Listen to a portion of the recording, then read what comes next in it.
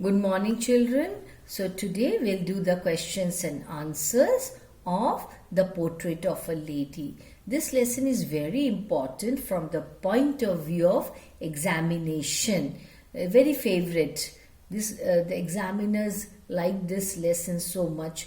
Every year and every examination, you get questions from this particular story or lesson. So, let's begin. Elaborate on the beautiful bond of love and friendship between the author and his grandmother. So, what kind of relationship did they share? Here's the answer. When the author was still young, his parents left for the city, leaving him to the care of his grandmother. So, who took care of him? Grandmother. She took good care of the author. They were good friends. She woke him up each morning, bathed him, dressed him, plastered his wooden slate, gave him breakfast and walked him to school. So they would both walk together to school. While he sat in the veranda learning, the grandmother sat inside the temple reading scriptures, the religious scriptures. When they settled in city, they shared a common bedroom. When the writer was going abroad, she went to the railway station to see him off, but did not speak a word, only kissed his forehead.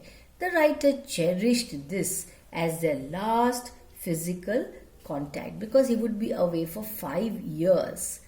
As he was going away for 5 years, but his grandmother was there to receive him back.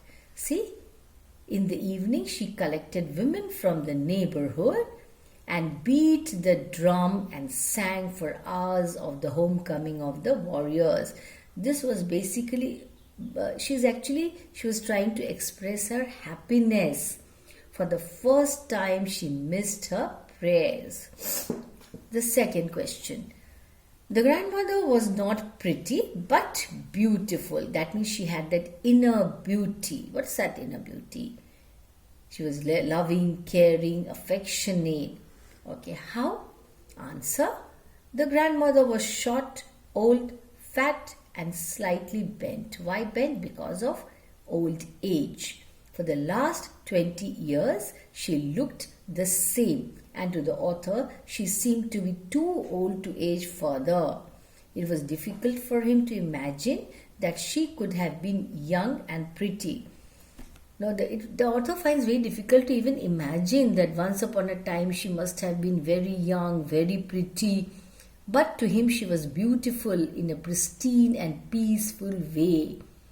He remembered her telling the beads of her rosary untiringly. She would keep doing that. Her silver locks lay scattered untidily over her pale, puckered face. Now she's very old, and her lips constantly moved in an inaudible prayer. She would recite her prayers, but it was inaudible, not heard. She was like the winter landscape in the mountains, serene and content. See, in winter what happens in the mountains? How is the landscape there?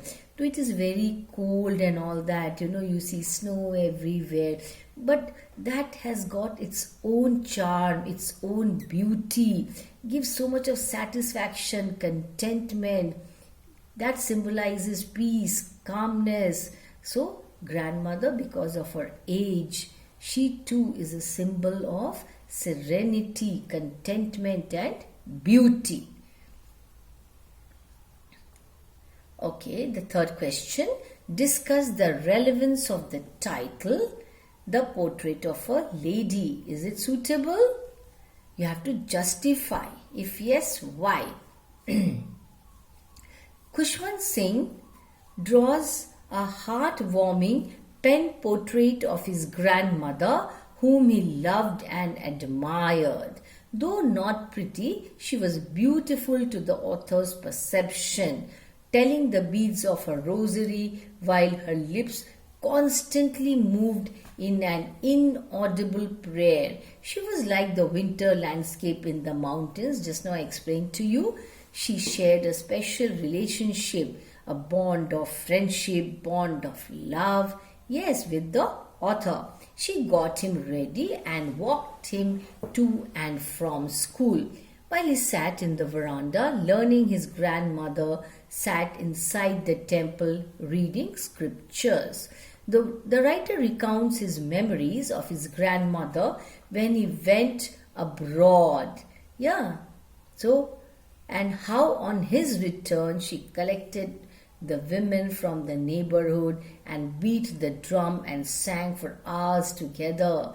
That is how she was trying to express her happiness. For the first time she missed her prayers. She was a pious soul who cared for the family and even dogs and sparrows. Her death was mourned by all, including the sparrows. The writer, through his portrayal, makes the old lady endearing and unforgettable. She had those qualities in her. Question number 4. From a foster mother in the village to a lonely old lady in the city. Describe the grandmother's journey through the later part of her life. So let's have a look at the answer now. When Khushwant Singh was still young, his parents left for the city, leaving him to the care of his grandmother. They were good friends. His grandmother tended to him, got him ready and walked him to school. So while Khushwant Singh and the other children sat in the school's veranda learning, his grandmother sat inside the temple just next to the school reading scriptures, religious scriptures. In the city, their friendship underwent a change. The only thing that remained unchanged was their common bedroom. She could not accompany him to school because now he goes by motor bus. Remember, it's there in the story. As he went by the bus, his grandmother did not. So he went to school by bus. His grandmother did not understand or approve of his city education, and their communication deteriorated further. Later, when he went to the university, he got a separate room, and this severed their bond. Severing means it was broken, snapped. She then spent her day from sunrise to sunset at her spinning wheel. She sat spinning and reciting her prayers. You know that spinning wheel, you keep spinning it and you have to recite prayers. The Tibetans, I've seen the Tibetans do that. It was only in the afternoon that she relaxed for a while to feed the sparrows.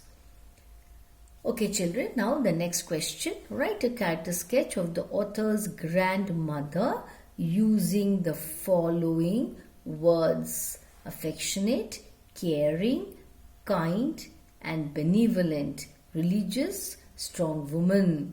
Answer. You have to use these adjectives for writing your answer. The author's grandmother was not pretty, but to the author she was a beautiful woman, an embodiment of serenity and contentment. She was a pious and religious lady who was always telling the beads of her rosary, and her lips constantly moved in inaudible prayer. She was affectionate and caring. She shared a special relationship with the author. She woke him up each morning, bathed him, dressed him, plastered his wooden slate, gave him breakfast and walked him to school. Her kindness and benevolence extended to the dogs and sparrows as well, whom she fed dutifully every day. She would do that. She was a strong woman who did not show any emotion when the author was going abroad, but when he returned, she collected women from the neighborhood and beat the drum and sang for hours together. Okay, now the next question. The grandmother herself was not formally educated, but was serious about the author's education. How does the text support this? The answer. The grandmother was not formally educated but was serious about the author's education. She could read the scriptures.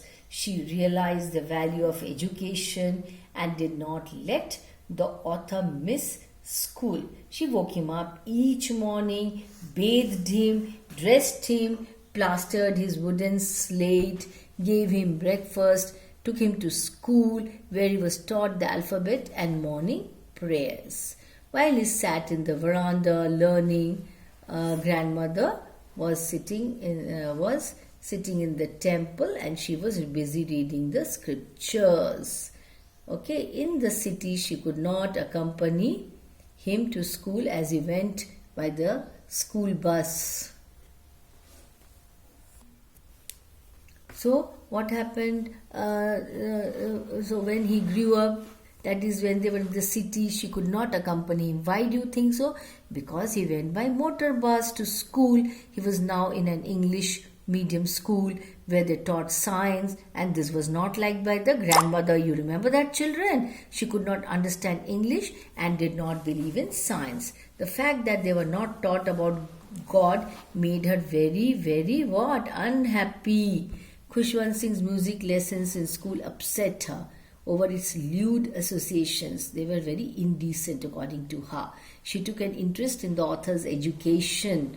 So now question number 7. Gradually the author and the grandmother saw less of each other and their friendship was broken. Was the distancing deliberate or due to the demands of the situation? No, can't be deliberate. Yes, when the author was a young boy, his parents shifted to the city, leaving him with his grandmother.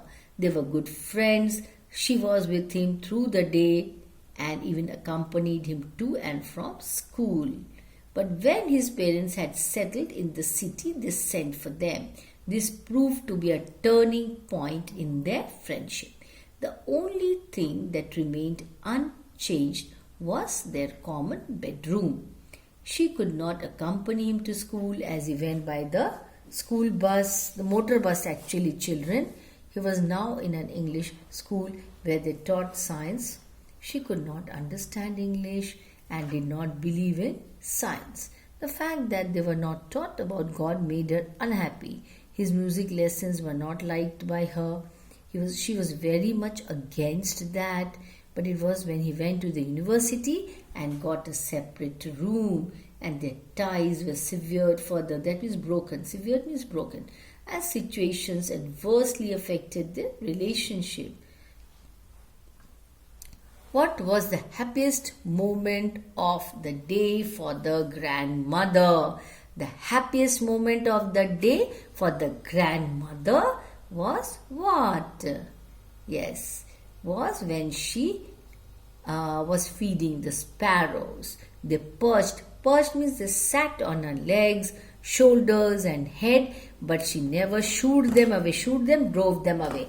Okay, children? So, that's all for this session. Very important questions and answers. Go through the questions and answers, and this is your assignment. You have to submit when I ask you to. So, be ready with all the assignments. Yes?